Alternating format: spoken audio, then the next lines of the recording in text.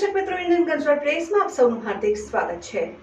આવો જોઈએ આજના સમાચાર। જંબુસર એસટી ડેપો ખાતે આવેલ શૌચાલયમાં પાણીના ખુલ્લેઆમ વેડફાટથી મુસાફર જનતામાં એસટી વિભાગ સામે રોષ ફાટી નીકળ્યો છે। ભરૂચ જિલ્લાના જંબુસર એસટી ડેપો ખાતેથી દૈનિક હજારો મુસાફરો અવરજવર કરતા હોય છે અને વડોદરા, ભરૂચ અને કાવીના મુખ્ય બસ રૂટ થકી મુસાફરો જંબુસર એસટી ડેપો ખાતે પધારતા હોય છે। ત્યારે મુસાફરોની સુવિધા માટે બનાવેલ શૌચાલયમાં પાણીના નળ ખુલ્લા રાખીને પાણીનો બગાડ કરવામાં આવતો હોવાની ઘટના સામે આવી છે।